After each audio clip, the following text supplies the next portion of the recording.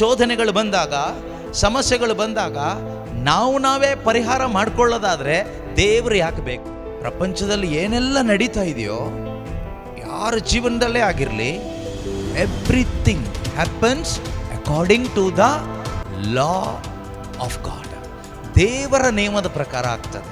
ನಮ್ಮ ಸ್ಥಾನ ಮಾನ ಕಾಪಾಡಿಕೊಳ್ಳೋದ್ರಲ್ಲೂ ಬುದ್ಧಿವಂತರು, ನಮ್ಮ ಆರೋಗ್ಯ ಕಾಪಾಡಿಕೊಳ್ಳೋದ್ರಲ್ಲಿ ಬುದ್ಧಿವಂತರು. ಏನೆಲ್ಲ ಕಾಪಾಡ್ಕೊಳ್ತೀವಿ, ಆದರೆ ಬೇಕಾಗಿರೋದು ಒಂದನ್ನು ಸರಿಯಾಗಿ ಕಾಪಾಡ್ಕೊಳ್ಳೋದಿಲ್ಲ. ದೇವರು ಹೇಳಿರೋದು ಒಂದನ್ನು ಸರಿಯಾಗಿ ಕಾಪಾಡ್ಕೋ ಅಂತ. ಅದು ಯಾವುದು ಅಂದರೆ ನಿನ್ನ ಹೃದಯ. ನಿನ್ನ ಹೃದಯ, ನನ್ನ ಹೃದಯ, ನಿನ್ನ ಹೃದಯವನ್ನು ಜಾಗರೂಕತೆಯಿಂದ ಕಾಪಾಡಿಕೋ. ಇಷ್ಟ ಬಂದಾಗೆ ಅದನ್ನು ಬಿಡಬೇಡ. ಶಕ್ತನಾದ, ನಮ್ಮ ಆಲೋಚನೆ ದೂರದಿಂದಲೇ ತಿಳಿದಿರುವ ದೇವರ ಮುಂದೆ ನಮ್ಮ ಯಾವುದು ವರ್ಕೌಟ್ ಆಗೋದಿಲ್ಲ. ಒಂದೇ ಒಂದು ದೇವರ ಮುಂದೆ ವರ್ಕೌಟ್ ಆಗೋದು. ಅದು ಯಾವುದು ಗೊತ್ತಾ? ಪಶ್ಚಾತ್ತಾಪದ ದೀನ ಹೃದಯ ಮಾತ್ರನೇ ದೇವರ ಮುಂದೆ ವರ್ಕೌಟ್ ಆಗೋದು. ಪಶ್ಚಾತ್ತಾಪದ ದೀನ ಹೃದಯ ನಿನ್ನಲ್ಲಿದ್ದರೆ ನೀನು ಪಾಸ್ ಆದೆ. ದೇವರಿಗೆ ನಮ್ಮೆಲ್ಲರ ಹೃದಯನೂ ಚೆನ್ನಾಗಿ ತಿಳಿದಿದೆ. God knows hour arts. ನಾವು ಮನುಷ್ಯನ ಮುಂದೆ ಹೋಗ್ಬಿಟ್ಟು ನಮ್ಮ ಬಗ್ಗೆ ನಾವು ಹೇಳ್ಕೊಳ್ತೀವಿ, ನಾನು ಹಾಗೆ, ನಾನು ಹೀಗೆ, ನಾನು ಆ ಥರ ಇಲ್ಲ, ನಾನು ಈ ಥರ ಅಂತೆಲ್ಲ ನಾವು ಹೇಳ್ಕೊಳ್ತೀವಿ. ಏನಾದರೂ ವರ್ಕೌಟ್ ಆಗ್ಬೋದು, ಆದರೂ ಪ್ರಯೋಜನ ಇಲ್ಲ. ಆದರೆ ದೇವರ ಮುಂದೆ ಹೋಗಿ ನಾವು ಏನು ಹೇಳೋದೇ ಬೇಡ. ದೇವ್ರ ಮುಂದೆ ಹೋಗಿ ಏನು ಹೇಳ್ತೀರಾ? ದೇವರೇ, ನಾನು ಹಾಗೆ, ನಾನು ಹೀಗೆ, ನಾನು ಹೀಗೆ ಮಾಡಬೇಕು ಅಂತ ಇರಲಿಲ್ಲ, ನಾನು ಈ ಥರ ಅಂದ್ಕೊಂಡಿರಲಿಲ್ಲ, ಈ ರೀತಿಯೆಲ್ಲ ಯೋಚನೆ ನಮ್ಮಲ್ಲಿ ಬರುತ್ತೆ. ನಾವು ಅದನ್ನು ದೇವರಿಗೆ ಹೇಳ್ತೀವಿ. ಏನಾದರೂ ವರ್ಕೌಟ್ ಆಗುತ್ತಾ? ಆಗೋದಿಲ್ಲ. ಯಾಕೆ ಅಂದರೆ ನಾವು ಹೇಳೋದಕ್ಕಿಂತ ಮುಂಚಿತವಾಗಿಯೇ ದೇವರಿಗೆ ನಮ್ಮ ಹೃದಯ ಚೆನ್ನಾಗಿ ತಿಳಿದಿದೆ. ನಾವು ಮನುಷ್ಯರ ಮುಂದೆ, ಈ ಪ್ರೇಯರ್ ಮಾಡೋ ಬ್ರದರ್ಸ್ಗಳ ಮುಂದೆ ಎಲ್ಲ ನಾಟಕ ಮಾಡ್ಬೋದು, ವರ್ಕೌಟ್ ಮಾಡ್ಕೋಬೋದು, ಆದರೂ ಪ್ರಯೋಜನ ಇಲ್ಲ. ಆದರೆ ದೇವರ ಮುಂದೆ ಏನು ನಾಟಕನೂ ನಡೆಯೋದಿಲ್ಲ. ದೇವರಿಗೆ ನಮ್ಮ ಹೃದಯ ಚೆನ್ನಾಗಿ ಗೊತ್ತಿದೆ. God knows our heart condition very well. No explanation is needed. ಏನು ಎಕ್ಸ್ಪ್ಲೈನ್ ಮಾಡಿ ವಿವರಣೆ ಕೊಟ್ಟು ಅವರಿಗೆ ನನ್ನ ಹೃದಯ ಅಥವಾ ನಾನು ಚೆನ್ನಾಗಿದ್ದೀನಿ, ಒಳ್ಳೆಯವನು, ಅಥವಾ ನನ್ನ ಪರಿಸ್ಥಿತಿ ಏನಾಗಿದೆ ಅಂತ ಹೇಳುವ ಅಗತ್ಯ ಇಲ್ಲ. ನಮ್ಮ ಜೀವನದಲ್ಲಿ ಪ್ರತಿಯೊಂದು ನಡೆಯೋದು ದೇವರ ನಿಯಮದ ಪ್ರಕಾರನೇ. ಸರಿಯಾಗಿ ಕೇಳಿಸ್ಕೋಬೇಕು. ನಮ್ಮ ಜೀವನದಲ್ಲಿ ಮಾತ್ರ ಅಲ್ಲ, ಈ ಪ್ರಪಂಚದಲ್ಲಿ, ಭೂಮಿಯಲ್ಲೂ ಸ್ವರ್ಗದಲ್ಲೂ, ಪ್ರತಿಯೊಂದು ಸ್ಥಳದಲ್ಲಿಯೂ, ಪ್ರತಿಯೊಬ್ಬರ ಜೀವಿತದಲ್ಲಿಯೂ ಇದುವರೆಗೂ ನಡೀತಾ ಇರೋದು ದೇವರ ನಿಯಮದ ಪ್ರಕಾರ. Whatever happens in the world or in heaven or in your life, my life, anybody's life, according to the law of God, ದೇವರ ನಿಯಮದ ಪ್ರಕಾರವೇ ಪ್ರತಿಯೊಬ್ಬರ ಜೀವಿತದಲ್ಲೂ ಕೂಡ ಕಾರ್ಯಗಳು ನಡೀತದೆ. ಪ್ರೀತಿಯ ಸಹೋದರ ಸಹೋದರಿಯರೇ, ತಪ್ಪಾಗಿ ತಿಳ್ಕೊಬೇಡಿ. ದೇವರ ಇಚ್ಛೆ ಪ್ರಕಾರ ನಡೆಯುತ್ತೆ ಅಂತಲ್ಲ ನಾನು ಹೇಳಿದ್ದು. ಪ್ರತಿಯೊಬ್ಬರ ಜೀವಿತದಲ್ಲೂ ನಡೆಯುವಂಥ ವಿಷಯಗಳು, ಕಾರ್ಯಗಳು ದೇವರ ಇಚ್ಛೆ ಪ್ರಕಾರ ನಡೆಯುತ್ತೆ ಅಂತ ಅಲ್ಲ. ಪ್ರಪಂಚದಲ್ಲಿ ಏನೆಲ್ಲ ನಡೀತಾ ಇದೆಯೋ, ಯಾರ ಜೀವನದಲ್ಲೇ ಆಗಿರಲಿ, everything happens according to the law of God. ದೇವರ ನಿಯಮದ ಪ್ರಕಾರ ಆಗ್ತದೆ. ಅಂದರೆ ದೇವರು ಅದನ್ನು ಪವಿತ್ರ ಬೈಬಲ್ ಪುಸ್ತಕದಲ್ಲಿ ನಮಗೆ ತಿಳಿಸ್ಕೊಡ್ತಾರೆ. ಅದರಲ್ಲಿ ಒಂದು ವಾಕ್ಯದ ಮುಖಾಂತರ ನಾವು ನೋಡೋಣ. ಸಂತ ಪೌಲರು ಗಲಾತ್ಯದವರಿಗೆ ಬರೆದ ಪತ್ರಿಕೆ 6ನೇ ಅಧ್ಯಾಯ ಅದರ 7ನೇ ವಾಕ್ಯ. Galatians chapter 6 verse 7 and 8. ಮೋಸ ಹೋಗದಿರಿ, ದೇವರನ್ನು ವಂಚಿಸಬಹುದೆಂದು ಭಾವಿಸದಿರಿ, ಬಿತ್ತುವುದನ್ನೇ ಕೊಯ್ಯುತ್ತೇವೆ ಎಂಬುದನ್ನು ಜ್ಞಾಪಕದಲ್ಲಿಡಿ. ಒಂದ್ಸರಿ ಹೇಳಿ ನೋಡೋಣ. ಬಿತ್ತುವುದನ್ನೇ ಕೊಯ್ಯುತ್ತೇವೆ, ಬಿತ್ತುವುದನ್ನೇ ಕೊಯ್ಯುತ್ತೇವೆ. ಇದು ದೇವರ ನಿಯಮ. This is the law of god. ನೀವು ಬಾಯಲ್ಲಿ ಅಥವಾ ಮನಸ್ಸಲ್ಲಿ ಇವರು ಉದ್ಧಾರ ಆಗೋದಿಲ್ಲ ಅಂತ ಶಾಪ ಹಾಕಿ ಹೇಳಿದ್ರೆ ನೀವೇನು ಕೊಯ್ತೀರಿ ನಿಮ್ಮ ಜೀವನದಲ್ಲಿ? ಅವ್ರ ಜೀವನದಲ್ಲಿ ಏನು ಬಿತ್ತನೆ ಮಾಡಿದ್ರೋ ಅದು ಇಲ್ಲಿ ಕೊಯ್ತೀರಿ ನಿಮ್ಮ ಜೀವನದಲ್ಲಿ. ಆಮೇಲೆ ಪ್ರಾರ್ಥನೆ ಮಾಡಿ ಏನಾದರೂ ಪ್ರಯೋಜನ ಇದೆಯಾ? ಏನು ಪ್ರಯೋಜನ ಇಲ್ಲ. ಎಷ್ಟೋ ಜನ ಹೇಳೋದೇನು ಗೊತ್ತಾ, ನಾವೆಷ್ಟು ಪ್ರಾರ್ಥನೆ ಮಾಡ್ತೀವಿ ಬ್ರದರ್, ದೇವರು ಯಾಕೆ ನಮ್ಮ ಪ್ರಾರ್ಥನೆ ಇನ್ನೂ ಉತ್ತರ ಕೊಡ್ತಾ ಇಲ್ಲ, ಯಾಕೆ ನಮ್ಗೆ ಒಳ್ಳೇದಾಗ್ತಾ ಇಲ್ಲ? ನೋಡಿ, ಪ್ರಾರ್ಥನೆ ಮಾಡೋದು ಒಳ್ಳೆಯದೇ, ಆದರೆ ದೇವ್ರದೊಂದು ನಿಯಮ ಇದೆ. ಅದನ್ನು ಮುರಿದು ಪ್ರಾರ್ಥನೆ ಮಾಡಿ 5 ಪೈಸಾ ಪ್ರಯೋಜನ ಇಲ್ಲ. ಜ್ಞಾನೋಕ್ತಿಗಳ ಪುಸ್ತಕ 28 ವಾಕ್ಯ 9, ಪ್ರೋಬ್ಸ್ ಚಾಪ್ಟರ್ 28 ವರ್ಸ್ 9. ಜ್ಞಾನೋಕ್ತಿಗಳ ಪುಸ್ತಕ ಅಧ್ಯಾಯ 28ರಲ್ಲಿ ವಾಕ್ಯ 9ರಲ್ಲಿ ನಾವು ಈ ರೀತಿಯಾಗಿ ಓದ್ತೀವಿ. ಧರ್ಮಶಾಸ್ತ್ರ ಅಂದರೆ ದೇವರ ವಾಕ್ಯ, ದೇವರ ನಿಯಮಗಳು. ಧರ್ಮಶಾಸ್ತ್ರಕ್ಕೆ ಕಿವಿ ಮುಚ್ಚಿಕೊಳ್ಳುವವನ ಪ್ರಾರ್ಥನೆ ದೇವರಿಂದ ತಿರಸ್ಕೃತವಾದ ಪ್ರಾರ್ಥನೆ. ನೀವು ಕ್ಯಾಂಡ್ಲ್ ಅಂಟಿಸಿ ಪ್ರಾರ್ಥನೆ ಮಾಡ್ತಿರೋ, ಕಣ್ಣೀರು ಸುರಿಸಿ ಪ್ರಾರ್ಥನೆ ಮಾಡ್ತಿರೋ, ಮಂಡಿ ಊರಿ ಪ್ರಾರ್ಥನೆ ಮಾಡ್ತಿರೋ, ಉಪವಾಸ ಇದ್ದು ಪ್ರಾರ್ಥನೆ ಮಾಡ್ತಿರೋ, ತಲೆ ಬೋಳಿಸ್ಕೊಂಡು ಪ್ರಾರ್ಥನೆ ಮಾಡ್ತಿರೋ, ತಲೆಯೆಲ್ಲ ಕೆರ್ಕೊಂಡು ಪ್ರಾರ್ಥನೆ ಮಾಡ್ತಿರೋ, ಅದು ನಿಮಗೆ ಬಿಟ್ಟಿತ್ತು. ಹೇಗಾದರೂ ಮಾಡ್ಕೊಳ್ಳಿ. ಯಾಕಂದರೆ ನಾವು ಭಾವನಾತ್ಮಕ ಜೀವಿಗಳು, ಇಮೋಷ್ನಲ್ ಬೀಯಿಂಗ್ಸ್. ನಮ್ಮ ಇಮೋಷನ್ಸ್ಗೆ ತಕ್ಕ ಹಾಗೆ ನಾವು ಪ್ರಾರ್ಥನೆ ಮಾಡ್ತೀವಿ. ಆದರೆ ಬೈಬಲ್ ಹೇಳುತ್ತೆ, ದೇವರ ವಾಕ್ಯ ಹೇಳುತ್ತೆ, ಧರ್ಮಶಾಸ್ತ್ರಕ್ಕೆ, ದೇವರ ನಿಯಮಕ್ಕೆ ನೀನು ಕಿವಿಗೊಡ್ತಾ ಇಲ್ಲ, ದೇವರ ವಾಕ್ಯ ಅನುಸರಣೆ ಇಲ್ಲ, ಬಾಕಿ ಎಲ್ಲ ಇದೆ, ವಾಕ್ಯ ಇಲ್ಲ, ದೇವರ ನಿಯಮ ಗೊತ್ತಿಲ್ಲ, ದೇವರ ನಿಯಮಕ್ಕೆ ಬೆಲೆ ಕೊಡೋದಿಲ್ಲ, ದೈವ ಭಯ ಇಲ್ಲ, ಅಂಥವನ ಪ್ರಾರ್ಥನೆ, ಅಂಥವಳ ಪ್ರಾರ್ಥನೆ ದೇವರಿಂದ ತಿರಸ್ಕೃತವಾದ ಪ್ರಾರ್ಥನೆ. ಅದರಿಂದ ಪ್ರೀತಿಯ ಸಹೋದರ ಸಹೋದರಿಯರೇ, ನಮ್ಮ ಜೀವಿತದಲ್ಲಿ ನಾವು ಏನನ್ನು ಬಿತ್ತನೆ ಮಾಡ್ತಾ ಇದ್ದೀವಿ ಅನ್ನೋದು ನಾವು ಎಚ್ಚರಿಕೆಯಿಂದ ಗಮನಿಸಬೇಕು. ಸುಮ್ಮನೆ ಇಷ್ಟ ಬಂದಾಗೆ ಬದುಕೋದಲ್ಲ. ಇಷ್ಟ ಬಂದಾಗೆ ನಾವು ಬದುಕಬಹುದು, ಸ್ವಾತಂತ್ರ್ಯ ಇದೆ. ಬೆಳಿಗ್ಗೆ ಒಂದು ಸಹೋದರಿ ಕೇಳಿದರು, ನನಗೆ ಡೈವರ್ಸ್ ಬೇಕು. ನನ್ನ ಹತ್ರ ಕೇಳಿದ್ದಲ್ಲ, ನನಗೆ ಡೈವರ್ಸ್ ಬೇಕು, ನಾನು ಡೈವರ್ಸ್ ತಗೊಳ್ತಾ ಇದ್ದೀನಿ, ನನಗೆ ನನ್ನ ಗಂಡನ ಜೊತೆಗೆ ಬದುಕಲಿಕ್ಕೆ ಇಷ್ಟ ಇಲ್ಲ, ತುಂಬ ತೊಂದರೆ ಕೊಟ್ಟಿದ್ದಾರೆ, ಕಷ್ಟ ಕೊಟ್ಟಿದ್ದಾರೆ. ಕಷ್ಟ ಕೊಡದೇ ಇರೋ ಗಂಡಂದ್ರು ಪ್ರಪಂಚದಲ್ಲಿ ಯಾರಿದ್ದಾರೆ? ಕಷ್ಟ ಕೊಡದೇ ಇರೋ ಹೆಂಡ್ತಿಂದ್ರು ಯಾರಿದ್ದಾರೆ? ಕಷ್ಟ ಕೊಡದೇ ಇರೋ ಅಪ್ಪ ಅಮ್ಮಂದ್ರು ಯಾರಿದ್ದಾರೆ? ಕಷ್ಟ ಪರಸ್ಪರ ಕೊಟ್ಟೇ ಕೊಡ್ತಾರೆ, ಹೆಚ್ಚು ಕಡಿಮೆ ಕೊಡ್ತಾರೆ, ಇರಲಿ, ಅದು ಬೇರೆ ವಿಷಯ. ನನಗೆ ಫ್ರೀಡಮ್ ಬೇಕು. ನನಗೆ ಫ್ರೀಡಮ್ ಇಲ್ವಾ? ಫ್ರೀಡಮ್ ಇದೆ. ನಿಮಗೆ 100ಕ್ಕೆ 100 ಫ್ರೀಡಮ್ ಇದೆ. ಆದ್ದರಿಂದ ನನಗೆ ಫ್ರೀಡಮ್ ಬೇಕು, ನನಗೆ ತುಂಬ ಕಷ್ಟ ಆಗಿದೆ, ಆದ್ದರಿಂದ ಈಗ ಪರಿಹಾರ ಏನು ಬೇಕು? ಡಿವೋರ್ಸ್ ಬೇಕು. ಅವ್ರು ಎಷ್ಟೋ ವರ್ಷಗಳು ಹೇಳಿದರು, ಇಷ್ಟು ವರ್ಷಗಳು ನಾನು ಅವ್ರ ಜೊತೆಗೆ ಬದುಕಿದ್ದೀನಿ, ನಿಮಗೇನು ಅರ್ಥ ಆಗುತ್ತೆ? ನೀವೇನೋ ಹೇಳಿಬಿಡ್ತೀರಿ, ಬದುಕಿದವಳು ನಾನು, ಆದ್ದರಿಂದ ಈಗ ಡಿವೋರ್ಸ್ ಬೇಕು, ಲೀಗಲ್ ಆಗಬೇಕಂತೆ. ಧರ್ಮಸಭೆಯಲ್ಲಿ ಹೋಗಿ ಕೇಳಿ ಅಂದರೆ ಇಲ್ಲ, ಲೀಗಲ್ ಡಿವೋರ್ಸ್ ಬೇಕು ಅಂತ. ಅಂದರೆ ನನ್ನ ಇಷ್ಟದ ಪ್ರಕಾರ ನಾನು ಬದುಕಬೇಕು, ನನಗೆ ಕಷ್ಟಗಳು ಬೇಡ. ಆದರೆ ದೇವರಿಗೆ ಅಸಾಧ್ಯವಾದದ್ದು ಯಾವುದಾದ್ರೂ ಇದೆಯಾ ಅಂತ ಬೈಬಲಲ್ಲಿ ಒಂದು ಪ್ರಶ್ನೆ ಕೇಳ್ತಾರೆ ದೇವರು. ದೇವರಿಗೆ ಅಸಾಧ್ಯ ಯಾವುದಾದ್ರೂ ಇದೆಯಾ? ಯಾವುದೂ ಇಲ್ಲ. ದೇವರಿಂದ ಎಲ್ಲ ಸಾಧ್ಯ. ಹಾಗಾದರೆ ಎಲ್ಲಿ ಹೋಯ್ತು ವಿಶ್ವಾಸ?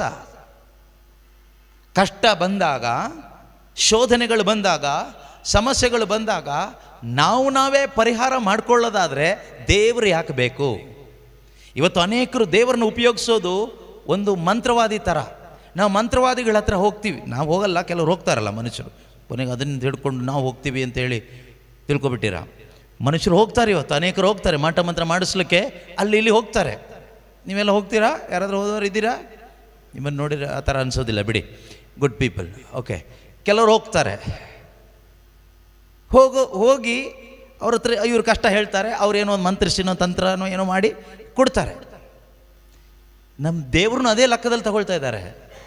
ನಾವಿಷ್ಟ ಬಂದಂಗೆ ನಮ್ಮ ಇಚ್ಛೆ ಪ್ರಕಾರ ಬದುಕ್ತೀವಿ. ಕಷ್ಟ ಬಂತು, ಸಮಸ್ಯೆ ಬಂತು, ರೋಗನೋ ಸಾಲನೋ ಇನ್ನೇನೋ ಒಂದು ಬಂತು. ಈಗ ದೇವ್ರ ಹತ್ರ ಹೋಗಿ, ದೇವರೇ ಇಷ್ಟು ಕೊಡ್ತೀನಿ, ಇದೆಲ್ಲ ಮಾಡ್ತೀನಿ, ನನಗೆ ಕೆಲಸ ಆಗಬೇಕು, ನನ್ನ ಪ್ರಾಬ್ಲಮ್ ಸಾಲ್ವ್ ಆಗಬೇಕು. ಆ ರೀತಿ ದೇವ್ರನ್ನೂ ಕೂಡ ಒಂದು ಮಂತ್ರವಾದಿ ಥರ ತಿಳ್ಕೊಂಡು ಹೋಗುವಂತಹ ಕ್ರೈಸ್ತರು ಅನೇಕರಿದ್ದಾರೆ, ಕೆಲವರಲ್ಲ ಅನೇಕರಿದ್ದಾರೆ. ಕಾರಣ ಏನು ಅಂದರೆ ವಿಶ್ವಾಸ ಅನ್ನೋದು ಅವ್ರ ಒಳಗಡೆ ಇಲ್ಲ. There is no faith in them. ವಿಶ್ವಾಸ ಇದ್ದಿದ್ರೆ ನಾವು ಯಾರನ್ನ ಆಶ್ರಯಿಸ್ತಾ ಇದ್ವಿ? ದೇವರನ್ನ ಆಶ್ರಯಿಸ್ತಾ ಇದ್ವಿ. ದೇವರೇ, ನೀನು ನನಗೆ ಕೊಟ್ಟ ಜೀವನ ಸಂಗಾತಿ, ಇವತ್ತು ಈ ಥರ ಪ್ರಾಬ್ಲಮ್ ಅವರಲ್ಲಿದೆ, ಆದ್ದರಿಂದ ಪರಿಹಾರ ಮಾಡಲು ನೀನು ಶಕ್ತನಾಗಿದ್ದೀಯ, ನನಗೆ ನಂಬಿಕೆ ಇದೆ ದೇವರೇ ಎಂದು ದೇವರನ್ನ ಆಶ್ರಯಿಸಿ ಪ್ರಾರ್ಥಿಸ್ತಾ ಇದ್ವಿ. ಆದರೆ ಇಲ್ಲಿ ಹೇಳೋದೇನು ಗೊತ್ತಾ? ನಾವೆಷ್ಟು ಪ್ರಾರ್ಥನೆ ಮಾಡಿದರೂ ನಮಗೇನು ಪ್ರಯೋಜನ ಆಗಿಲ್ಲ. ಪ್ರಯೋಜನ ಯಾಕಾಗಿಲ್ಲ? ಅದು ಪಾಯಿಂಟ್. ಪ್ರಾರ್ಥನೆ ಮಾಡಿದ್ದಾರೆ, ಇಲ್ಲ ಅಂತಲ್ಲ. ಪ್ರಾರ್ಥನೆ ಮಾಡಿನೂ ಪ್ರಯೋಜನ ಯಾಕಾಗಿಲ್ಲ ಅಂದರೆ ಧರ್ಮಶಾಸ್ತ್ರಕ್ಕೆ ಕಿವಿ ಮುಚ್ಚಿಕೊಂಡಿದ್ದರಿಂದ ಆಗಿಲ್ಲ.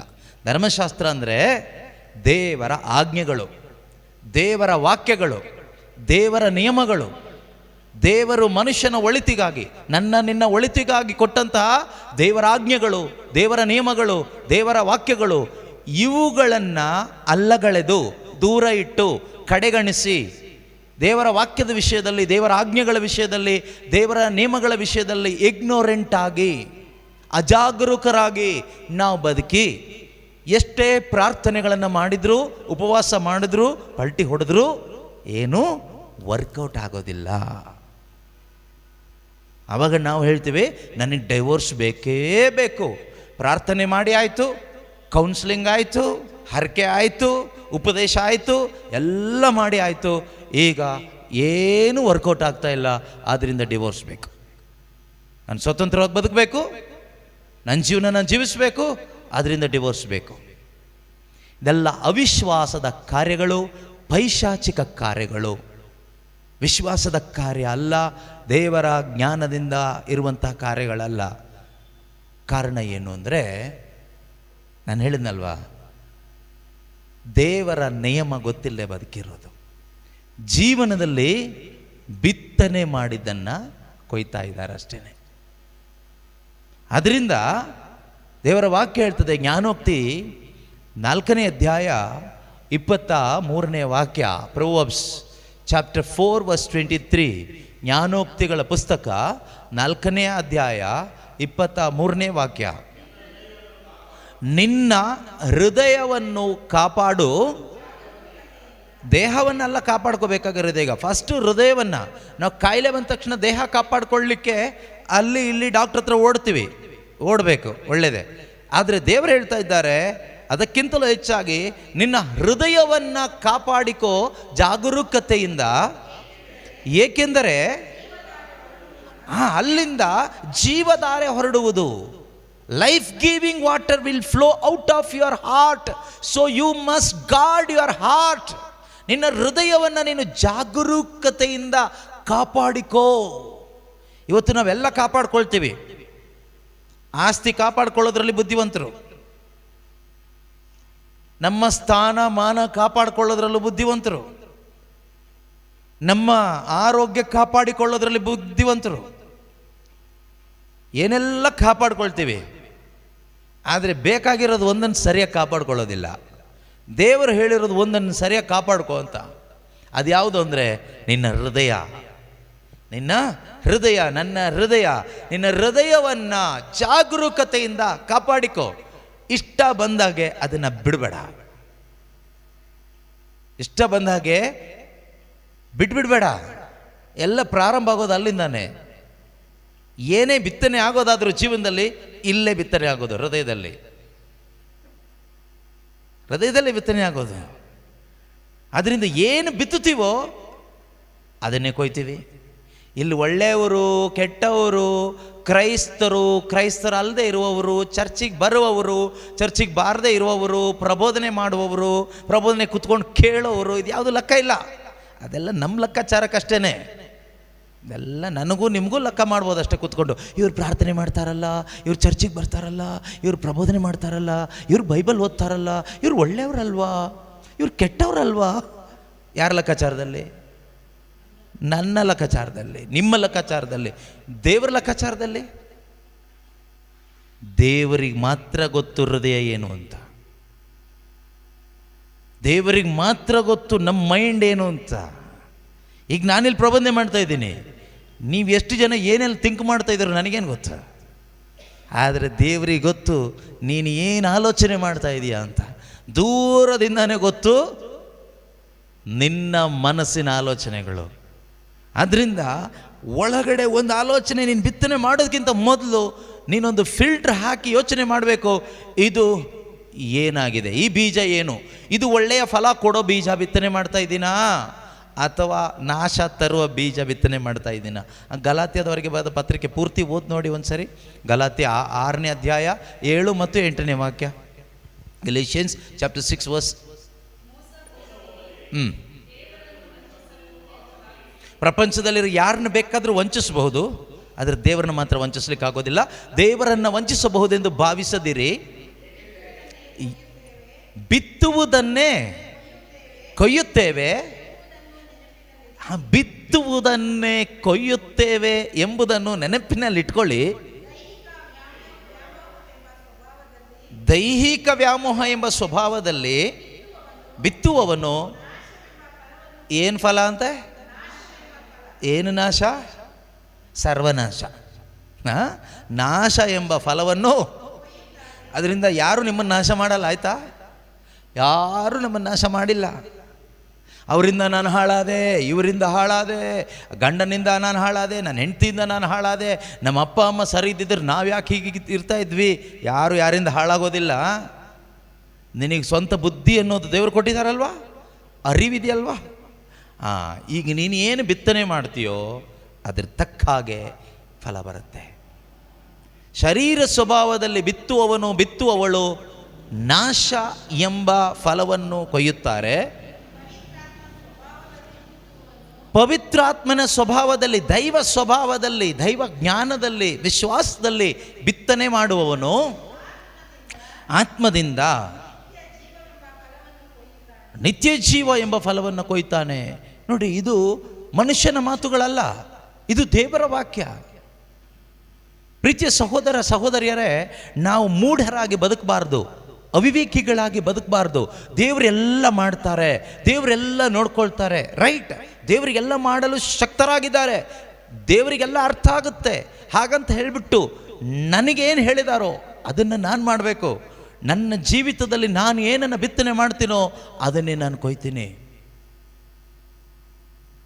ಸುಮ್ಮನೆ ನಾವು ಅವ್ರ ಮೇಲೆ ಇವ್ರ ಮೇಲೆ ಬ್ಲೇಮ್ ಮಾಡಿ ಏನು ಪ್ರಯೋಜನ ಇಲ್ಲ. ಶರೀರ ಸ್ವಭಾವದಲ್ಲಿ ಬಿತ್ತನೆ ಮಾಡುವುದು ಅಂದರೆ ಅರ್ಥ ಏನು?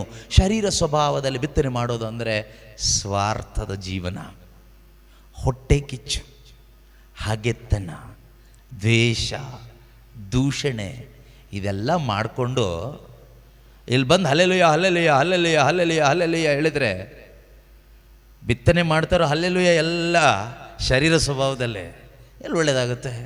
ಹಲ್ಲೆಲೂಯ ಹೇಳಿ ಏನು ಪ್ರಯೋಜನ ಆಯಿತು? ಏನು ಪ್ರಯೋಜನ ಇಲ್ಲ. ಧರ್ಮಶಾಸ್ತ್ರಕ್ಕೆ ಕಿವಿ ಮುಚ್ಚಿಕೊಂಡು ಈ ಹಲ್ಲೆಲೂಯ ಎಲ್ಲ ಹೇಳಿ ಶಬ್ದ ಬರುತ್ತೆ ಬಿಟ್ಟರೆ ಅದು ಯಾವುದೇ ಹೇಳಿ, ಹಲ್ಲೆಲೂಯ ಏನಾದರೂ ಹೇಳಿ, ಪರಲೋಕ, ನಮೋ ಮರಿಯ, ನೀವು ಯಾವುದೇ ಪ್ರಾರ್ಥನೆ ಮಾಡಿ. ಆದರೆ ದೇವರ ವಾಕ್ಯವನ್ನು ಸೈಡಿಗಿಟ್ಟು ನಾವೇನು ಪ್ರಾರ್ಥನೆ ಮಾಡಿ ಏನು ಕೂಡ ಪ್ರಯೋಜನ ಇಲ್ಲ. ಆದ್ದರಿಂದ ದೇವರು ಇವತ್ತು ನನಗೂ ನಿಮಗೂ ನಮ್ಮೆಲ್ಲರಿಗೂ ಆಲಿಸುತ್ತಿರುವ ಪ್ರತಿಯೊಬ್ಬರಿಗೂ ಹೇಳ್ತಾ ಇದ್ದಾರೆ, ನಿನ್ನ ಹೃದಯದ ಬಗ್ಗೆ ಜಾಗರೂಕತೆ ವಹಿಸು, ಮಾನಸಾಂತರ ಪಡು, ಮಾನಸಾಂತರ ಪಡು. ದಾವೀದ ಹೇಳಿದ ಹಾಗೆ, ದೇವರೇ ನನ್ನಲ್ಲಿ ಶುದ್ಧ ಹೃದಯವನ್ನು ನಿರ್ಮಿಸು, create a pure heart in me O Lord. ಪ್ರಭುವೇ, ನನ್ನ ಒಳಗಡೆ ಒಂದು ಶುದ್ಧವಾದ ಹೃದಯವನ್ನು ನೀನು ಕ್ರಿಯೇಟ್ ಮಾಡು. ಶುದ್ಧವಾದ ಹೃದಯ ಅಂದ್ರೆ ಏನು? ಕಪಟ ಇಲ್ಲದೆ ಇರುವ ಹೃದಯ, ಪ್ರೀತಿ ಮಾತ್ರ ಇರುವ ಹೃದಯ, ದೈವ ಭಯ ತುಂಬಿರುವ ಹೃದಯ. ಇದನ್ನು ನನ್ನಲ್ಲಿ ನೀನು ಉಂಟು ಮಾಡೋದು. ಯಾರು ಉಂಟು ಮಾಡಬೇಕು? Only god can create that kind of heart. ಮನುಷ್ಯನಿಗೆ ಉಂಟು ಮಾಡಲಿಕ್ಕೆ ಆಗೋದಿಲ್ಲ. ಮನುಷ್ಯನ ಹೃದಯ ದ್ವೇಷ ತುಂಬಿದ ಹೃದಯ, ಕಪಟತನ ತುಂಬಿದ ಹೃದಯ, ಸ್ವಾರ್ಥ ತುಂಬಿದ ಹೃದಯ, ಅವಿಶ್ವಾಸ ತುಂಬಿದ ಹೃದಯ. ಅರ್ಥ ಆಗ್ತಿದೆಯಾ? ಈಗ ದೇವ್ರಿಗೆ ಹೇಳ್ಬೇಕು, ದೇವರೇ ನನ್ನ ಹೃದಯ ಸರಿ ಇಲ್ಲ, ನನ್ನ ಹೃದಯವನ್ನು ನೀನು ಸರಿಪಡಿಸು. ಕೀರ್ತನೆ 51ರಲ್ಲಿ ಹೇಳ್ತಾನಲ್ವಾ, 51:11 ಅನ್ಸುತ್ತೆ. ಏನಂತ ಹೇಳ್ತಾನೆ? ಶುದ್ಧ ಹೃದಯವನ್ನು ದೇವಾ ನಿರ್ಮಿಸು, ಅಂತರಂಗವನ್ನು ಚೇತನ. ಒಂದ್ಸರಿ ಹೇಳಿ ನೋಡೋಣ, ಶುದ್ಧ ಹೃದಯವನ್ನು. ಇದು ಹೇಳೋದಲ್ಲ, ನಿಮ್ಮ ಹೃದಯದಿಂದ ಹೇಳಿ ದೇವರ ಹತ್ರ, ದೇವರೇ, ಯೇಸುವೇ ಹೇಳಿ, ಶುದ್ಧ ಹೃದಯವನ್ನು ನಿರ್ಮಿಸು, ಅಂತರಂಗವನ್ನು ಚೇತನಗೊಳಿಸು. ಯೇಸುವೇ, ಪವಿತ್ರಾತ್ಮರೇ, ಶುದ್ಧ ಹೃದಯವನ್ನು ನನ್ನಲ್ಲಿ ನಿರ್ಮಿಸಪ್ಪ, ಅಂತರಂಗವನ್ನು ಚೇತನಗೊಳಿಸು. ಹಾಲೆಲೂಯಾ. ಯೇಸುವೇ ಸ್ತೋತ್ರ, ಯೇಸುವೇ ವಂದನೆ. ಹೌದು ಪ್ರೀತಿಯ ಸಹೋದರ ಸಹೋದರಿಯರೇ, ನಾವು ಶರೀರ ಸ್ವಭಾವದಲ್ಲಿ ಬಿತ್ತನೆ ಮಾಡಿದರೆ ಖಂಡಿತವಾಗಲೂ ಅದರ ಫಲ ನಾಶ. ನಾಶ ಅಂದರೆ ಕೇವಲ ನರಕಕ್ಕೆ ಹೋಗೋದು ಅಥವಾ ಆತ್ಮ ನಷ್ಟ ಆಗೋದು ಮಾತ್ರ ಅಲ್ಲ, ಅದು ಕೂಡ ನಾಶನೇ. That is the final. ಅದು ಅಂತಿಮವಾಗಿ ಸರ್ವನಾಶ, ಇನ್ನೇನಿಲ್ಲ. ಆದರೆ ಈ ಭೂಮಿಯಲ್ಲಿ ಕೂಡ ನಮ್ಮ ಸಮಾಧಾನ ಹಾಳಾಗುತ್ತೆ, ದೇವರು ನಮಗೆ ಕೊಟ್ಟ ನೆಮ್ಮದಿ ಹಾಳಾಗುತ್ತೆ, ದೇವರು ನಮಗೆ ಕೊಟ್ಟಂತಹ ಆರೋಗ್ಯ ಹಾಳಾಗುತ್ತೆ, ದೇವರು ನಮಗೆ ಕೊಟ್ಟಂಥ ಎಷ್ಟೋ ಒಳಿತುಗಳಿದೆ, ಎಷ್ಟೋ ಒಳ್ಳೆಯ ಆಶೀರ್ವಾದಗಳನ್ನು ದೇವರು ಮನುಷ್ಯನಿಗೆ ಕೊಟ್ಟಿದ್ದಾರೆ. ಆದರೆ ಅದೆಲ್ಲ ನಾಶವಾಗೋಗುತ್ತೆ, ಹಾಳಾಗೋಗುತ್ತೆ. ಕಾರಣ ಏನು? ಶರೀರ ಸ್ವಭಾವದಲ್ಲಿ ನೀನು ಮಾಡಿದ ಬಿತ್ತನೆ. ಶರೀರ ಸ್ವಭಾವದಲ್ಲಿ ಬಿತ್ತನೆ ಮಾಡಿಕೊಂಡು ಒಳ್ಳೆಯದಾಗಲಿ ಅಂದರೆ ಹೇಗೆ ಒಳ್ಳೆಯದಾಗುತ್ತೆ? ದೇವರು ಪಕ್ಷಪಾತಿ ಅಲ್ಲ, ದೇವರು ಪಕ್ಷಪಾತಿ ಅಲ್ವೇ ಅಲ್ಲ. ದೇವರು, ನಾನು ಅದೇ ಹೇಳಿದ್ದು, ನೀವು ಯಾರೇ ಆಗಿರಿ, ಎಂಥವರೇ ಆಗಿರಿ, ಓಕೆ, ದೇವ್ರ ನೇಮದ ಪ್ರಕಾರನೇ ಎಲ್ಲ ಆಗೋದು. ಅದಕ್ಕೆ ಬೆಸ್ಟ್ ಎಕ್ಸಾಂಪಲ್ ಬೈಬಲ್ನಲ್ಲಿ ಬೇಕಾದಷ್ಟಿದೆ. ದೇವರು ಆರಿಸಿಕೊಂಡಂಥ ವ್ಯಕ್ತಿ ಅಬ್ರಹಾಮನ ಮಗ ಇಸಾಕನ ಮಗ ಯಾಕೋಬ ಅಲ್ವಾ? ಯಾಕೋಬ ನಾವು ನೋಡೋ ಹಾಗೆ ಬೈಬಲ್ನಲ್ಲಿ 2 ಸರಿ ವಂಚಿಸ್ತಾನೆ. ಯಾರನ್ನ? ತಂದೆನ ವಂಚಿಸ್ತಾನೆ, ಸಹೋದರನನ್ನು ವಂಚಿಸ್ತಾನೆ, ಒಡ ಹುಟ್ಟಿದವನನ್ನು ವಂಚಿಸ್ತಾನೆ, ಇಬ್ಬರಿಗೂ ಮೋಸ ಮಾಡ್ತಾನೆ. ಲಾಸ್ಟಿಗೆ ಮದುವೆ ಟೈಮ್ ಬಂದಾಗ ಏನಾಯಿತು? ಅವನೊಂದು ಹುಡುಗಿನ ಇಷ್ಟಪಟ್ಟ, ರೆಬೆಕಾಳನ್ನ ನೋಡಿ ಇಷ್ಟಪಟ್ಟ. ರೆಬೆಕಾಳ ಅಪ್ಪ ಲಾಬಾನ್ ಹೇಳ್ತಾನೆ, ನಾನು ನಿನಗೆ ಇವಳನ್ನೇ ಮದುವೆ ಮಾಡಿಸ್ಕೊಡ್ತೀನಿ ಅಂತ. ಲಾಸ್ಟಿಗೆ ಯಹೂದ್ಯರ ಪ್ರಕಾರ ಮದುವೆ ಟೈಮಲ್ಲಿ ಮುಖ ನೋಡೋ ಹಾಗಿಲ್ಲ, ಹುಡುಗಿದು ಮುಖ ಮುಸುಕು ಹಾಕ್ಕೊಂಡಿರ್ತಾಳೆ. ಸೊ ತಾಳಿ ಕಟ್ಟನೋ ಏನು ಮಾಡೋನೋ ಗೊತ್ತಿಲ್ಲ. ಈಗ ತಾಳಿ ಆವಾಗ ಮದುವೆ ಆಗಿ ಫಸ್ಟ್ ನೈಟೆಲ್ಲ ಆಯಿತು. ಎಲ್ಲ ಆದಮೇಲೆ ಗೊತ್ತಾಯ್ತು, ಬೆಳಗ್ಗೆ ಎದ್ದು ಮುಖ ಮುಸುಕು ತೆಗೆದು ನೋಡಿದಾಗ ಗೊತ್ತಾಯ್ತು, ಅಯ್ಯಯ್ಯೋ ಇವಳಲ್ವಲ್ಲ, ನಾನು ಇಷ್ಟಪಟ್ಟಿದ್ದು, ನಾನು ಮಾತುಕತೆ ನಡೆಸಿದ್ದು, ಮದುವೆ ಆಗ್ತೀನಿ ಅಥವಾ ಮದುವೆ ಮಾಡಿಕೊಡ್ತೀನಿ ಅಂತ ಎಲ್ಲ ಹೇಳಿದ್ದು ರೆಬೆಕಾಳನ್ನು. ಆದರೆ ಇವಳು ಯಾರು? ಅವಳ ಅಕ್ಕ ಲಿಯಾ. ಮೋಸ ಹೋದ್ನ. ಈ ರೆಬೆಕಾಳಿಗೋಸ್ಕರ ಅವನು ಎಷ್ಟು ವರ್ಷ ದುಡ್ದ ಗೊತ್ತಾ? 7 ವರ್ಷ ಅಲ್ಲಿ ಕೆಲಸ ಮಾಡ್ದ, ಕುರಿ ಕಾಯೋ ಕೆಲಸ ಮಾಡ್ದ. ಕಷ್ಟಪಟ್ಟು 7 ವರ್ಷ ದುಡ್ದಿದ್ದಕ್ಕೆ ಲಾಸ್ಟಿಗೆ ಸಿಕ್ಕಿದ್ದು ಮೋಸ ಹೋದ. ಒಬ್ಬ ಮನುಷ್ಯನ ಜೀವನದಲ್ಲಿ ಮದುವೆ ತುಂಬ ಮುಖ್ಯವಾದದ್ದು. ಆದರೆ ಈ ಯಾಕೋಬನ ಜೀವನದಲ್ಲಿ ಮದುವೆ ಫ್ಲಾಪ್ ಆಗೋಯ್ತು. ದೇವರು ಆರಿಸಿಕೊಂಡಂಥ ವ್ಯಕ್ತಿ ಯಾಕೋಬ. ದೇವರಿಗೆ ಈ ಯಾಕೋಬನ ಕುರಿತಾಗಿ ದೊಡ್ಡ ಯೋಜನೆ ಇತ್ತು, ಶ್ರೇಷ್ಠವಾದ ಯೋಜನೆ ಇತ್ತು. ದೇವರು ಅದೆಲ್ಲ ನೋಡಲಿಲ್ಲ. ಲಾನೇ, ನಿಯಮನೇ. ನಿನ್ನನ್ನು ಆರಿಸ್ಕೊಂಡವನೇ ಆಗಿರು, ಎಂಥ ಅಭಿಷಿಕ್ತನೇ ಆಗಿರು, ಯಾರೇ ಆಗಿರು, ನನ್ನ ನಿಯಮ ಎಲ್ರಿಗೂ ಒಂದೇ. ನಾನು ದೇವರು, ನಾನು ಪಕ್ಷಪಾತಿ ಅಲ್ಲ. ಅದು ದೇವರಲ್ಲಿ ಪ್ರೂವ್ ಮಾಡ್ತಾರೆ. ನೀನು ಮೋಸ ಮಾಡಿದ್ಯಾ, ನೀನು ಮೋಸವನ್ನು ಬಿತ್ತಿದೀಯಾ, ಕೊಯ್ಕೋ ಮೋಸ. ಲಾಸ್ಟಿಗೆ ಮತ್ತೆ 7 ವರ್ಷ ದುಡ್ದ ಕತೆ ಥರ. ಅದಾದಮೇಲೆ ಲಿಯಳನ್ನ ವಿವಾಹವಾದ.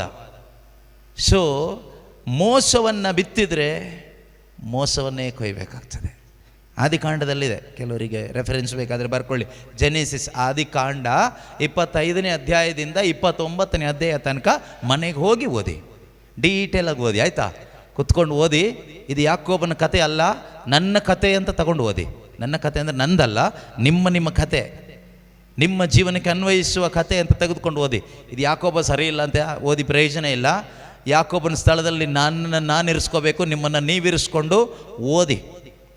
ಆಗ ಏನಾದರೂ ನಮ್ಮ ಜೀವಿತದಲ್ಲಿ ಅರ್ಥ ಆಗುತ್ತೆ.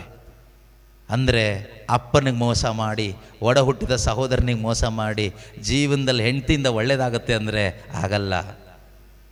ಎಷ್ಟೋ ಜನ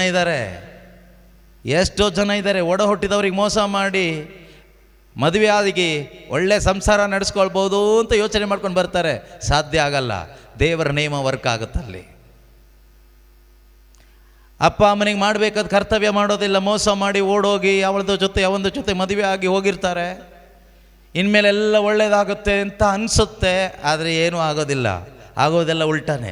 ಆಮೇಲೆ ಅಲ್ಲಿ ಪ್ರಾರ್ಥನೆ, ಇಲ್ಲಿ ಪ್ರಾರ್ಥನೆ, ಆ ಬ್ರದರ್ ಹತ್ರ ತಲೆ ಮೇಲೆ ಕೈ ಇಡಿಸ್ಕೊಂಡು ಇವ್ರ ಹತ್ರ ಪ್ರಾರ್ಥನೆ, ಕೌನ್ಸಿಲಿಂಗ್, ಯಾವುದೂ ವರ್ಕೌಟ್ ಆಗೋದಿಲ್ಲ. ಏನು ಮಾಡಬೇಕೀಗ? ಒಂದೇ ದಾರಿ, ಮಾಡಿದ ತಪ್ಪನ್ನು ಮರ್ಯಾದೆಯಿಂದ ಒಪ್ಪಿಕೊಂಡು ಮಾನಸಾಂತರ ಪಟ್ಟು ದೇವ್ರ ಕಡೆಗೆ ತಿರುಗೋದಾದರೆ ದೇವರು ಸಹಾಯ ಮಾಡ್ತಾರೆ. ಅಪ್ಪ ಅಮ್ಮ ಜೀವಂತವಾಗಿದ್ದರೆ ಹೋಗಿ ಅವ್ರ ಹತ್ರ ಕ್ಷಮೆ ಕೇಳಬೇಕು. ಅಪ್ಪ, ನಾನು ತಪ್ಪು ಮಾಡಿಬಿಟ್ಟೆ, ದೇವರಿಗೂ ನಿಮಗೂ ವಿರುದ್ಧವಾಗಿ ನಾನು ತಪ್ಪು ಮಾಡಿಬಿಟ್ಟೆ, ನನಗೆ ಅರ್ಥ ಆಯಿತು. ಅಲ್ಲಿ ನೀನು ರಿಪೇರಿ ಮಾಡಿಕೊಂಡ್ರೆ ಇಲ್ಲಿ ರಿಪೇರಿ ಆಗುತ್ತೆ. ಏನನ್ನು ಬಿತ್ತುತ್ತೀಯೋ ಅದನ್ನೇ ಕೊಯ್ತೀಯ. ನಾಟಕ ಮಾಡಬೇಡ. ಏನು ನಾಟಕನೋ ಸರ್ವಶಕ್ತನಾದ ದೇವರ ಮುಂದೆ ನಡೆಯೋದಿಲ್ಲ. ನಮ್ಮಂಥ ಕರಿಸ್ಮ್ಯಾಟಿಕ್ ಬ್ರದರ್ಸ್ಗಳ ಮುಂದೆ ಏನು ನಾಟಕ ಬೇಕಾದರೂ ನಡೆಸ್ಕೋಬೋದು. ಆದರೆ ಸರ್ವಶಕ್ತನಾದ, ನಮ್ಮ ಆಲೋಚನೆ ದೂರದಿಂದಲೇ ತಿಳಿದಿರುವ ದೇವರ ಮುಂದೆ ನಮ್ಮ ಯಾವುದು ವರ್ಕೌಟ್ ಆಗೋದಿಲ್ಲ. ಒಂದೇ ಒಂದು ದೇವರ ಮುಂದೆ ವರ್ಕೌಟ್ ಆಗೋದು. ಅದು ಯಾವುದು ಗೊತ್ತಾ? ಪಶ್ಚಾತ್ತಾಪದ ದೀನ ಹೃದಯ ಮಾತ್ರನೇ ದೇವರ ಮುಂದೆ ವರ್ಕೌಟ್ ಆಗೋದು. ಪಶ್ಚಾತ್ತಾಪದ ದೀನ ಹೃದಯ ನಿನ್ನಲ್ಲಿದ್ದರೆ ನೀನು ಪಾಸ್ ಆದೆ. ಇಲ್ವಾ, ಹಠಮಾರಿತನದ ಹೃದಯ ಇಟ್ಕೊಳ್ತೀಯಾ, ನೀನು ಫೇಲ್ ಆಗ್ತೀಯ. ಬೈಬಲ್ ಹೇಳುತ್ತೆ, ನೀನು ನಿನ್ನನ್ನು ತಗ್ಗಿಸ್ಕೊಂಡ್ರೆ ದೇವರು ನಿನ್ನ ಮೇಲೆ ಕೆತ್ತುತ್ತಾರೆ. ನೀನು ಎಷ್ಟು ನಿನ್ನನ್ನು ತಗ್ಗಿಸ್ಕೊಳ್ತೀಯೋ ಅಷ್ಟು ದೇವರು ಮೇಲಕ್ಕೆ ಎತ್ತಾರೆ. ಆದರೆ ಹಠ ಮಾಡಿ ನಾನು ಪ್ರಾರ್ಥನೆ ಮಾಡಿ ಪಡ್ಕೊಳ್ತೀನಿ ಬ್ರದರ್, ನಾನು ಉಪವಾಸ ಮಾಡಿ ದೇವ್ರನ್ನ ನನ್ನ ಕಡೆ ಒಲಿಸ್ಕೊಳ್ತೀನಿ, ತಿರುಗಿಸ್ಕೊಳ್ತೀನಿ ಅಂದರೆ ಮೂರ್ಖನಾಗಿ ಹೋಗ್ತೀಯ. ಆ ರೀತಿ ಮೂರ್ಖತನದ ಜೀವನ ಬಿಟ್ಟು ದೇವರು ನಮ್ಮನ್ನು ಇವತ್ತು ಕರೆದಿದ್ದಾರೆ. ನಮ್ಮೊಬ್ಬೊಬ್ಬರೊಂದಿಗೂ ವೈಯಕ್ತಿಕವಾಗಿ ಮಾತಾಡ್ತಾ ಇದ್ದಾರೆ. ನಮ್ಮ ಹೃದಯನ ಅರ್ಥ ಮಾಡ್ಕೊಂಡು ದೇವರು ಮಾತಾಡ್ತಾ ಇದ್ದಾರೆ. ಆ ದೇವರ ಸ್ವರಕ್ಕೆ ನಾವು ಕಿವಿ ಕೊಟ್ಟು ಮಾನಸಾಂತರ ಪಡಲಿಕ್ಕೆ ತಯಾರಾಗೋದಾದರೆ ದೇವರಿಗೆ ನಮ್ಮ ಹಣಕಾಸು ಬೇಕಾಗಿಲ್ಲ, ದೇವರಿಗೆ ನಮ್ಮ ಅಸಂಖ್ಯಾತ ಬಲಿಗಳು ಕಾಣಿಕೆಗಳು ಯಾವುದೂ ಬೇಕಾಗಿಲ್ಲ. ದೇವರಿಗೆ ಬೇಕಾಗಿರೋದು ಕೀರ್ತನೆ 51ರಲ್ಲಿ ಕೀರ್ತನಕಾರ ದಾವಿದ ಹೇಳುವ ಹಾಗೆ, ಮುರಿದ ಮನವೇ ದೇವರು ಒಲಿಯುವ ಯಜ್ಞ. ಮುರಿದ ಮನ ಅಂದರೆ ಪಶ್ಚಾತ್ತಾಪದ ದೀನ ಹೃದಯ. ಪಶ್ಚಾತ್ತಾಪದ ದೀನ ಹೃದಯದಲ್ಲಿ ದೇವರು ಒಲಿಯುತ್ತಾರೆ. ದೇವರನ್ನ ಒಲಿಸ್ಕೋಬೇಕಾ? ಯೇಸು ಸ್ವಾಮಿನ ಒಲಿಸ್ಕೋಬೇಕಾ ಜೀವನದಲ್ಲಿ? ಡೈಲಿ ಪ್ರಾರ್ಥನೆ ಮಾಡ್ತೀವಿ, ಒಲಿತಾ ಇಲ್ಲ ಅಂತ ಹೇಳಬೇಡಿ. ನೀವು ಡೈಲಿ ಎಲ್ಲ ಸಾಯೋ ತನಕ ಪ್ರಾರ್ಥನೆ ಮಾಡಿದ್ರು ಕೆಲವೊಮ್ಮೆ ಒಲಿಯೋದಿಲ್ಲ. ಯಾಕೆ ಅಂದರೆ ನಿಮ್ಮ ಹೃದಯ ಸರಿ ಇಲ್ಲದೆ ಇರೋದ್ರಿಂದ ದೇವರನ್ನ ಒಲಿಸ್ಕೊಳ್ಳಿಕ್ಕೆ ಆಗೋದಿಲ್ಲ. ಈಗ ದೇವ್ರನ್ನ ಡೈಲಿ ಒಲಿಸ್ಕೋಬೋದು, ಪ್ರತಿದಿನ ದೇವ್ರನ್ನ ಒಲಿಸ್ಕೋಬೋದು. ಹೇಗೆ ಅಂದರೆ ಪಶ್ಚಾತ್ತಾಪದ ಒಂದು ಹೃದಯ ಪ್ರತಿದಿನ ನೀನು ಮೇಂಟೈನ್ ಮಾಡ್ಕೊಂಡು ಹೋಗೋದಾದರೆ, ಕಪ್ಪಟ ಇಲ್ಲದೆ ಇರುವ ಒಂದು ಹೃದಯ ಪ್ರತಿದಿನ ಮೇಂಟೈನ್ ಮಾಡ್ಕೊಂಡು ಹೋಗೋದಾದರೆ ಖಂಡಿತವಾಗಿಯೂ ಪ್ರೀತಿಯ ಸಹೋದರ ಸಹೋದರಿಯರೇ, ಯೇಸು ಸ್ವಾಮಿ ಹೇಳ್ತಾರೆ, ನಿರ್ಮಲ ಹೃದಯ ಉಳ್ಳವನು ಭಾಗ್ಯವಂತನು, ಅವನು ದೇವರನ್ನು ಕಾಣುವನು. Those who are pure in heart can see God. ಅದರ ಅರ್ಥ ದೇವರನ್ನ ಒಂದು ಫಿಸಿಕಲ್ ಬೀಯಿಂಗ್ ಆಗಿ ನೋಡ್ಲಿಕ್ಕಾಗುತ್ತೆ ಅಂತಲ್ಲ. You can see the presence of God every single day in your life if you keep your heart pure in the sight of God. ದೇವರ ದೃಷ್ಟಿಯಲ್ಲಿ ಕಪಟ ಇಲ್ಲದೆ ಇರತಕ್ಕಂಥ ಒಂದು ಹೃದಯ ನೀನು ಮೇಂಟೈನ್ ಮಾಡೋದಾದರೆ, by the help of the Holy Spirit and the holy word of God, ದೇವರ ಪರಿಶುದ್ಧ ವಾಕ್ಯದ ಸಹಾಯದಿಂದಲೂ ಪವಿತ್ರ ಆತ್ಮನ ಸಹಾಯದಿಂದಲೂ ನೀನೊಂದು ಹೃದಯವನ್ನು, ದೇವರಿಗೆ ಮೆಚ್ಚುಗೆ ಆಗುವ ರೀತಿಯ ಒಂದು ಹೃದಯವನ್ನು ನೀನು ಇರಿಸ್ಕೊಳ್ಳೋದಾದರೆ ಮೇಂಟೈನ್ ಮಾಡಲಿಕ್ಕೆ ಸಾಧ್ಯ ಇದೆ. ಹಾಗೆ ನೀನು ಮೇಂಟೈನ್ ಮಾಡೋದಾದರೆ ಪ್ರತಿದಿನ ದೇವರನ್ನ ಒಲಿಸ್ಕೊಂಡು ಬದುಕಬಹುದು, ದೇವರನ್ನ ನೋಡ್ಬೋದು, ದೇವರ ಸಾನ್ನಿಧ್ಯದಲ್ಲಿ ಬದುಕಬಹುದು. ಆಗ ನಮಗೇನು ಸಿಗುತ್ತೆ? ನಿಜವಾದ ಶಾಂತಿ, ನೆಮ್ಮದಿ, ಸಮಾಧಾನ ಸಿಗುತ್ತೆ. ಈಗ ತಾನೇ ಇಲ್ಲಿ ಬಂದು ಇಳಿದ ಮೇಲೆ ಒಂದು ಸಹೋದರಿ ಫೋನ್ ಮಾಡಿದರು. ಏನು ಹೇಳಿದರು ಗೊತ್ತಾ? ನನಗೆ ಇರುವ ಕೆಲಸವನ್ನು ಬಿಟ್ಟು ನಾನು ಇನ್ನೊಂದು ಊರಿಗೆ ಜಾಬ್ಗೆ ಹೋಗ್ತಾ ಇದ್ದೀನಿ ಅಂದರು. ಯಾಕಮ್ಮ ಅಲ್ಲಿಗೆ ಹೋಗ್ತಾ ಇದೆಯಾ, ಸ್ಯಾಲ್ರಿ ಏನಾದರೂ ಜಾಸ್ತಿ ಸಿಗುತ್ತಾ ಕೇಳಿದೆ. ಇಲ್ಲ, ಇಲ್ಲಕ್ಕಿಂತ ಸ್ಯಾಲ್ರಿ ಅಲ್ಲಿ ತುಂಬ ಕಡಿಮೆ. ಸ್ವಂತದವರು ಬಂಧುಗಳೆಲ್ಲ ಇಲ್ಲೇ ಇದ್ದಾರೆ, ಇಲ್ಲಿಂದ ಬಿಟ್ಟು ಇನ್ನೊಂದು ಊರಿಗೆ ದೂರ ಹೋಗೋದು. ಯಾಕೆ ಅಂದರೆ ಜಾಬ್ಗೆ. ಯಾಕೆ, ಏನು ಕಾರಣ? ಇಲ್ಲಿ ಹೆಚ್ಚು ಸ್ಯಾಲ್ರಿ ಇರುವ ಕೆಲಸ ಬಿಟ್ಬಿಟ್ಟು ಅದೇ ಕೆಲಸನೇ, ಕೆಲಸ ಏನು ಚೇಂಜ್ ಇಲ್ಲ, ಅದೇ ಕೆಲಸ ಮಾಡಲಿಕ್ಕೆ ಇನ್ನೊಂದು ಊರಿಗೆ, ದೂರದ ಜಾಗಕ್ಕೆ ಹೋಗಬೇಕು. ಸ್ವಂತದವರು ಯಾರೂ ಇಲ್ಲ. ಏನು ಸಮಾಚಾರ ಕೇಳಿದ್ರೆ ಆಕೆ ಕೊಟ್ಟಂಥ ಉತ್ತರ ಏನು ಗೊತ್ತಾ? ತುಂಬ ಕಿರಿಕಿರಿ ಆಗಿಬಿಟ್ಟಿದೆ ಜೀವನದಲ್ಲಿ, ಟೆನ್ಷನ್, ಸಮಾಧಾನ ಸಿಗುತ್ತೆ ಅಂತ ಚೇಂಜ್ ಮಾಡ್ತಾ ಇದ್ದೀನಿ ಜಾಗನ ಅಂತ. ನಾನು ಹೇಳಿದೆ, ನೀವು ಆ ಜಾಗ ಅಲ್ಲ, ಇನ್ನು 10 ಜಾಗ ಚೇಂಜ್ ಮಾಡಿದ್ರು ಈ ಸಮಾಧಾನ ಸಿಗೋದಿಲ್ಲ. ಆಮೇಲೆ ಇನ್ನೊಂದು ಹೇಳಿದೆ, ನೀವು ಹೋಗಿ ನೋಡಿ, ಸಮಾಧಾನ ಸಿಕ್ಕಿದ ಮೇಲೆ ನನಗೆ ಫೋನ್ ಮಾಡಿ. ಯಾಕೆಂದರೆ ಪ್ರತಿದಿನ ಸಿಗ್ತಾ ಇರ್ತಾರೆ ಈ ಥರ ಕಿರಿಕಿರಿ ಆದವರು, ತುಂಬ ಮೆಂಟಲಿ ಡಿಸ್ಟರ್ಬ್ ಆದವರು ಸಿಗ್ತಾ ಇರ್ತಾರೆ. ಅವರಿಗೆಲ್ಲ ಹೇಳಿ ಕಳಿಸ್ಬೋದಲ್ಲ ನಾನು, ನೀವು ಇಂಥ ಜಾಗಕ್ಕೆ ಹೋಗಿ ಅಂತ. ಪ್ರೀತಿಯ ಸಹೋದರ ಸಹೋದರಿಯರೇ, ಈ ಪ್ರಪಂಚದಲ್ಲಿ ನೀವು ಎಲ್ಲಿ ಹೋದ ತಕ್ಷಣ, ಜಾಬ್ ಚೇಂಜ್ ಮಾಡಿದ ತಕ್ಷಣ ಸಮಾಧಾನ ಸಿಗೋದಿಲ್ಲ. ಕೆಲಸ ಚೇಂಜ್ ಮಾಡಿದ ತಕ್ಷಣ ಸಮಾಧಾನ ಸಿಗೋದಿಲ್ಲ. ದೇವರ ಸಾನ್ನಿಧ್ಯ ನಿನ್ನ ಒಳಗಡೆ ಇದ್ದರೆ ಸಮಾಧಾನ ಇರುತ್ತೆ. ಯೇಸು ಕ್ರಿಸ್ತ ನಿನ್ನ ಒಳಗಡೆ ಇದ್ದರೆ ಸಮಾಧಾನ ಇರುತ್ತೆ. ಕ್ರಿಸ್ಮಸ್ ಹಬ್ಬ ಆಚರಿಸ್ಲಿಕ್ಕೆ ತಯಾರು ಮಾಡ್ತಾ ಇದ್ದೀವಲ್ವಾ? ಸಮಾಧಾನದ ಅರಸನ ಹಬ್ಬವನ್ನು ಆಚರಿಸ್ಬೇಕಾದ್ರೆ ನಿನ್ನ ಒಳಗಡೆ ಸಮಾಧಾನ ಇದ್ದು ಆಚರಿಸ್ಬೇಕು. ಸಮಾಧಾನ ಇಲ್ಲದೆ ಟೆನ್ಷನ್ ತುಂಬಿಕೊಂಡು, ದ್ವೇಷ ಹಗೆತನ ತುಂಬಿಕೊಂಡು, ನಿರಾಶೆ ತುಂಬಿಕೊಂಡು ನೀನು ಸಮಾಧಾನದ ಕರ್ತನ ಹಬ್ಬ ಆಚರಿಸಿದ್ರೆ ಏನಾಗುತ್ತೆ ಗೊತ್ತಾ? ನಾಟಕ ಮಾಡ್ದಂಗೆ ಆಗುತ್ತೆ. ಸುಣ್ಣ ಬಳಿದ ಸಮಾಧಿ ಥರ ಆಗಿಬಿಡ್ತೀಯ. ಆದ್ದರಿಂದ ನಾಟಕ ಮಾಡಲಿಕ್ಕೆ ಹೋಗಬೇಡಿ. ನಿನ್ನ ಒಳಗಡೆ ಸಮಾಧಾನದ ಅರಸನು ಬಂದರೆ, ನನ್ನ ಒಳಗಡೆ ಸಮಾಧಾನದ ಅರಸನಾದ ಪ್ರಭು ಯೇಸು ಇದ್ದಾರೆ ಎಂದು ಆ ಕ್ರಿಸ್ತ ಜಯಂತಿಯನ್ನು ಸಂತೋಷವಾಗಿ ನೀನು ಆಚರಿಸೋದ್ರಲ್ಲಿ ಏನಾದರೂ ಒಂದು ಸ್ವಲ್ಪ ಅರ್ಥ ಇರುತ್ತೆ. ಪೂರ್ತಿ ಏನಿರೋದಿಲ್ಲ, ಸ್ವಲ್ಪ ಅರ್ಥ ಇರುತ್ತೆ. ಆದರೆ ಒಳಗಡೆ ಏನು ಇಲ್ಲದೆ ನಾನು ಕ್ರಿಸ್ಮಸ್ ಮಾಡ್ತೀನಿ ಅಂದರೆ ನಾಟಕ ಮಾಡ್ದಂಗಾಗುತ್ತೆ, ಊರವ್ರಿಗೆ ತೋರಿಸ್ದಂಗಾಗುತ್ತೆ. ನೋಡಿ, ಅವ್ರು ಎಷ್ಟು ದೊಡ್ಡ ಸ್ಟಾರ್ ಹಾಕಿದ್ದಾರೆ ಅಂತ. ಸ್ಟಾರ್ ಏನೋ ಮನೆ ಮೇಲೆ ಹಾಕಿದ್ದಾರೆ, ಆದರೆ ಅವ್ನು ಸ್ಟಾರೇ ಸರಿ ಇರೋದಿಲ್ಲ ಅಲ್ವಾ? ಸ್ಟಾರ್ ಮನೆ ಮೇಲೆ ಹಾಕಿ ಏನು ಪ್ರಯೋಜನ? ನಿನ್ನ ಸ್ಟಾರ್ ಅಂತ ಜನ ಹೇಳ್ತಾರಲ್ವ, ಅದಕ್ಕೆ ಹೇಳಿದ್ದೆ ಅರ್ಥ ಆಗಲಿಕ್ಕೆ. ಅವ್ರ ಸ್ಟಾರ್ ಸರಿ ಇತ್ತು ಅದಕ್ಕೆ ಸಿಕ್ತು, ಅವ್ರ ಸ್ಟಾರ್ ಸರಿ ಇರಲಿಲ್ಲ ಅದಕ್ಕೆ ಹಿಂಗಾಯಿತು ಅಂತ ಹೇಳ್ತಾರಲ್ಲ ಕೆಲವರು. ಸ್ಟಾರನ್ನು ನಂಬೋರು ಕೆಲವರು ಇದ್ದಾರೆ. ಸೊ ಆ ನಿಮ್ಮ ನಂಬಿಕೆ ಪ್ರಕಾರ ಹೇಳ್ತಾರೆ ಅದು. ಸೊ ಆ ರೀತಿ ಕೆಲವರು ಮನೆ ಮೇಲೆ ದೊಡ್ಡ ಸ್ಟಾರ್ ಹಾಕ್ಕೊಂಡಿರ್ತಾರೆ. ಏನು ಪ್ರಯೋಜನ? ನಕ್ಷತ್ರ ಏನು ಸೂಚಿಸುತ್ತೆ? ಬೆಳಕು ಅಲ್ವಾ? ಜೀವನದಲ್ಲಿ ಬೆಳಕಿದೆಯಾ? ಕುಟುಂಬದ ಒಳಗಡೆ ಬೆಳಕಿದೆಯಾ? ಸೊ ಅದಿಲ್ಲದೆ ನಾವು ಸುಮ್ಮನೆ ನಕ್ಷತ್ರ ನೇತು ಹಾಕ್ಕೊಂಡು ಕ್ರಿಸ್ಮಸ್ ಮಾಡಿದ್ರೆ ನಾವು ಒಂದು ರೀತಿ ಸುಣ್ಣ ಬಳಿದ ಸಮಾಧಿ ಥರ ಅಲ್ವಾ ಯೇಸು ದೃಷ್ಟಿಯಲ್ಲಿ, ಯೇಸು ನೋಡುವಾಗ. ಅದರಿಂದ ಪ್ರೀತಿಯ ಸಹೋದರ ಸಹೋದರಿಯರೇ, ನಿಜವಾದ ಸಮಾಧಾನ ಶಾಂತಿ ನೀವು ಹುಡುಕೋದಾದರೆ ಅದು ಎಲ್ಲಿ ಸಿಗುತ್ತೆ ಗೊತ್ತಾ? ಪಶ್ಚಾತ್ತಾಪದ ಒಂದು ಹೃದಯದಲ್ಲಿ, ದೇವರೇ ನಾನು ನಿನ್ನ ನಿಯಮಕ್ಕೆ ವಿರುದ್ಧವಾಗಿ ಬದುಕಿದ್ದೇನೆ, ನಿನ್ನ ನಿಯಮಗಳಿಗೆ, ನಿನ್ನ ಆಜ್ಞೆಗಳಿಗೆ, ನಿನ್ನ ವಚನಗಳಿಗೆ ಬೆಲೆ ಕೊಡ್ದೇನೆ, ಅದ್ರ ಬಗ್ಗೆ ತಲೆನೇ ಕೆಡಿಸ್ಕೊಳ್ದೇನೆ ನನ್ನ ಪಾಡಿ ನಾನು ಬದುಕೋದೆ, ಏನೇನೋ ನನ್ನ ಜೀವನದಲ್ಲಿ ಬಿತ್ತನೆ ಮಾಡಿದೆ, ನನ್ನ ಹೃದಯದಲ್ಲಿ ಬಿತ್ತನೆ ಮಾಡಿದೆ, ಸ್ವಾರ್ಥ ಸ್ವಭಾವದಲ್ಲಿ ಕಪಟತನದಲ್ಲಿ ನಾನು ಜೀವಿಸಿದೆ, ಐ ಆಮ್ ಸಾರಿ ಎಂದು ಪಶ್ಚಾತ್ತಾಪ ಪಟ್ಟು ಮರಳಿ ಬರೋದಾದರೆ ದೇವರ ಕಡೆಗೆ ಖಂಡಿತವಾಗಿಯೂ ಪರಿಶುದ್ಧ ಆತ್ಮರು ನಮಗೆ ಹೊಸ ಬಲವನ್ನು ಕೊಡ್ತಾರೆ. ನಮ್ಮ ಅಂತರಂಗವನ್ನು ಅವರು ಚೈತನ್ಯಪಡಿಸ್ತಾರೆ. ಯಾಕೆ ಅಂದರೆ ಯೇಸು ಸ್ವಾಮಿ ಹೇಳ್ತಾರೆ, ನನ್ನ ಬಳಿಗೆ ಬರುವವನನ್ನು ನಾನು ತಳ್ಳಿ ಬಿಡೋದಿಲ್ಲ. ಯೇಸುವಿನ ಬಳಿಗೆ ಬರಲಿಕ್ಕೆ ಒಂದೇ ದಾರಿ, ಅದು ಪಶ್ಚಾತ್ತಾಪದ ದಾರಿ. Through repentance, through humility, humbleness, ನನ್ನನ್ನೇ ನಾನು ತಗ್ಗಿಸ್ಕೊಂಡು ಪಾಪಗಳನ್ನು ಒಪ್ಪಿಕೊಂಡು ಬರೋದೇ ಅವ್ರ ಕಡೆಗೆ ಬರೋದು. ಯೇಸು ಸ್ವಾಮಿ ಹೇಳ್ತಾರೆ, ನನ್ನ ಬಳಿಗೆ ಬರುವವನನ್ನು, ನನ್ನ ಬಳಿಗೆ ಬರುವವಳನ್ನು ನಾನು ಎಂದಿಗೂ ಕೂಡ ರಿಜೆಕ್ಟ್ ಮಾಡೋದಿಲ್ಲ, ತಳ್ಳಿ ಬಿಡೋದಿಲ್ಲ. ಹಾಗಾದರೆ ಯೇಸುವಿನ ಬಳಿಗೆ ಬಂದರೆ ನಮಗೇನು ಸಿಗುತ್ತೆ? ಯೇಸುವಿನ ಬಳಿಗೆ ಬಂದರೆ ಯೇಸುವಿನಲ್ಲಿರುವ ಸಮಾಧಾನ ನಮಗೆ ಸಿಗುತ್ತೆ. ಯೇಸುವಿನ ಬಳಿಗೆ ಬಂದರೆ ಯೇಸುವಿನಲ್ಲಿರುವ ಆನಂದ ನಮಗೆ ಸಿಗುತ್ತೆ. ಯೇಸುವಿನಲ್ಲಿರುವ ಆನಂದ, ಯೇಸುವಿನಲ್ಲಿರುವ ಸಮಾಧಾನ ನಮ್ಮ ಒಳಗಡೆ ಬಂದರೆ ಎಷ್ಟೋ ಕಾಯಿಲೆಗಳು ವಾಸಿ ಆಗುತ್ತೆ.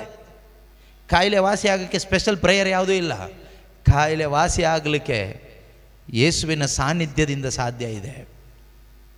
ಜೀವನದಲ್ಲಿ ನೆಮ್ಮದಿ ಬೇಕಾ? ಯೇಸುವಿನ ಸಾನ್ನಿಧ್ಯದಿಂದ ನೆಮ್ಮದಿ ಸಿಗುತ್ತೆ.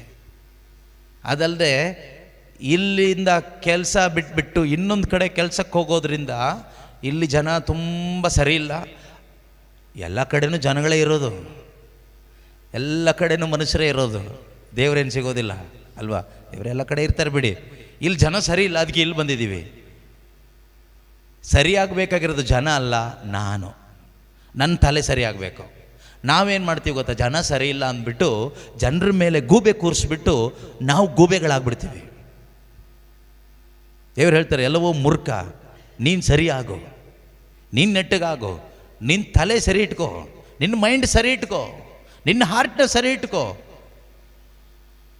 ಯೇಸು ಹೇಳ್ತಾರೆ, ನಾನು ಪರಿಶುದ್ಧನಾದ ದೇವರು, ಸರಿ ಇಲ್ಲದೆ ಇರೋ ಈ ಭೂಮಿಗೆ, ಕೆಟ್ಟು ಹೋಗಿರೋ ಈ ಭೂಮಿಗೆ ಮನುಷ್ಯರ ಮಧ್ಯದಲ್ಲಿ ನಾನು ಬಂದಿಲ್ವಾ? ನಾನೇನು ಹಾಳಾಗೋದ್ನಾ? ಕೆಟ್ಟೋದ್ನಾ? ಕೆಟ್ಟು ಹೋಗಿದ್ದನ್ನು ಸರಿಪಡಿಸಿಲ್ವಾ ಮನುಷ್ಯನಾಗಿ ಬಂದು ಜೀವಿಸಿ?